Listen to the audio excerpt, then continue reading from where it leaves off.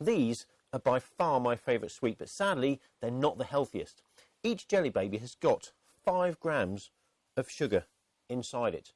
That means if you consumed an entire bag, then you've just taken in 140 grams of sugar.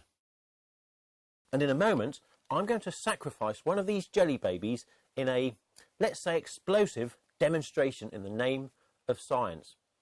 Now, parents will tell you that kids that have sugary cakes, drinks or sweets like these will turn them crazy and hyperactive. But a study in 1994 showed that this isn't the case. They took 35 young children whose parents had said their kids' behaviour was affected by sugary products. Some of them were told their children had been given a sugary cake, while others were told their children had cakes with no sugar in them. But the team running the study actually gave none of the children any sugary food, but those parents who thought their kids had just consumed sugar claimed the children were more hyperactive. So it seems that the whole concept of sugar sending kids into a whirling frenzy is induced by generations of expectation and a belief that sugar changes children's behaviour. But instead, it's more likely that sweets and cakes are just considered as a treat by children, which gets them excited, or they're simply consumed on special occasions like birthdays or Christmas, or even after school is finished for the day when the children are in good spirits. But there is no scientific evidence that sugary treats sends kids crazy. Now, back to these Jelly Babies. The 5 grams of sugar inside them does contain significant amounts of energy, which won't send kids mad, but which I'm going to release in an experiment that you should definitely not try at home. I'm setting up a test tube containing potassium chlorate, which is an oxidising agent that will oxidise the sugar and allow us to release the energy locked up inside the Jelly Baby.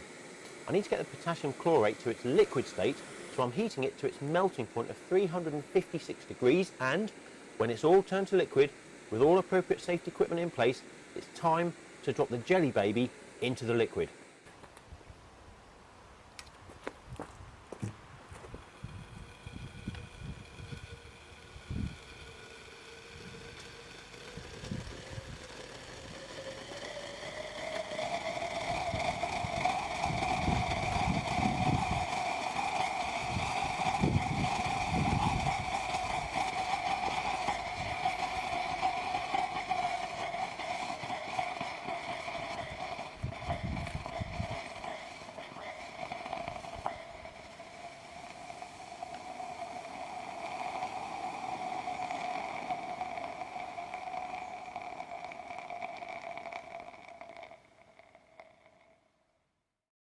Well, that growling, screaming noise you heard was the sound of the gas as it rushed out of the test tube, which was a mixture of carbon dioxide, carbon monoxide, potassium chloride, carbon and water. And as you can see, there's not a lot left of the Jelly Baby.